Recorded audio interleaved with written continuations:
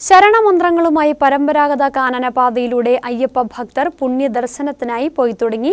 രാവിലെ 7:30 വണ്ടിപ്പെരിയാർ സത്രം കാനനപാതയിലൂടെ അയ്യപ്പ ഭക്തരെ ശബരിമല ദർശനത്തിനായി കടത്തിവിട്ടു തുടങ്ങിയത്. 350ഓളം അയ്യപ്പ ഭക്തരാണ് കാനനപാതയിലൂടെ കടന്നുപോകുവാനായി ആദ്യം രജിസ്റ്റർ ചെയ്തത്.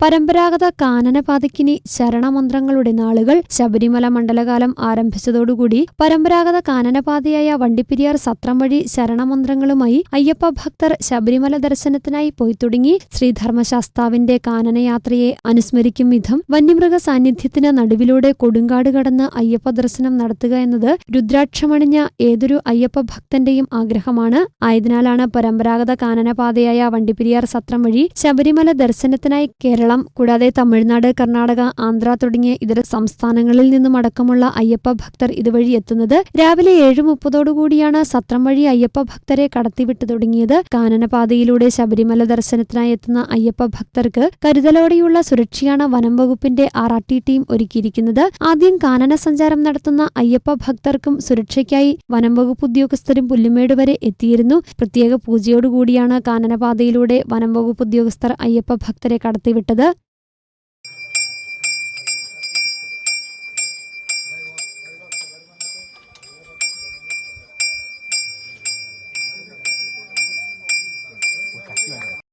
പീരുമേട് MLA, വാഴൂർ സമൻ forest range officer Jyothish Ozhankal എന്നിവർ കാനനപാതയിലൂടെയുള്ള സുരക്ഷിതമായ യാത്രയുടെ ഒരുക്കങ്ങൾ വിലയിരുത്തി. വണ്ടിപ്പെരിയാർ സത്രത്തിൽ അയ്യപ്പ ഭക്തർക്കായുള്ള പഞ്ചായത്തിന്റെ ശൗചാലയങ്ങളും ശുചിമുറികളും ഉടൻ തന്നെ പ്രവർത്തന സജ്ജമാക്കുവാനുള്ള നടപടികൾ സ്വീകരിക്കുമെന്നും MLA അറിയിച്ചു.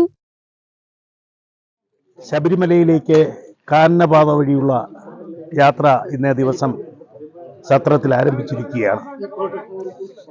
ഇതിനകം 300-ലധികം സ്വാമിമാര് ഈ വഴി സന്നിധാനത്തേക്ക് പുറപ്പെട്ടിട്ടുണ്ട്. കഴിഞ്ഞ ഏത് കാലത്തെ അപേക്ഷിച്ചും മെച്ചപ്പെട്ട സൗകര്യങ്ങൾ ഇവിടെ ഒരുക്കിയിട്ടുണ്ട്. പോലീസും ഫോറസ്റ്റ് ഡിപ്പാർട്ട്മെന്റും അതേപോലെ തന്നെ ആരോഗ്യവകുപ്പുമെല്ലാം സർവസജ്ജമായി ഇവിടെ നിലകൊള്ളുന്നുണ്ട്. പാസ് എടുത്ത് സ്വാമിമാർക്ക് ഇതുവഴി പോകാവുന്നതാണ്. പരമ്പരാഗത കാനനപാതയായ വണ്ടിപ്പെരിയാർ സത്രം വഴി 300ഓളം പേരാണ് ആദ്യ ദിനത്തിൽ കടന്നുപോയത്. വനം വകുപ്പിന്റെ നേതൃത്വത്തിൽ കാനനപാതയിൽ 7ഓളം കേന്ദ്രങ്ങളിൽ അയ്യപ്പ ഭക്തർക്ക് കുടിവെള്ള സംവിധാനവും ഏർപ്പെടുത്തിയിട്ടുണ്ട്. പരമ്പരാഗത കാനനപാതയ്ക്ക് ശബരിമല മണ്ഡലകാലം അവസാനിക്കുന്നത് വരെ ഇനി ശരണമന്ത്രങ്ങളുടെ നാളുകളാണ്. News bureau, Kattappana.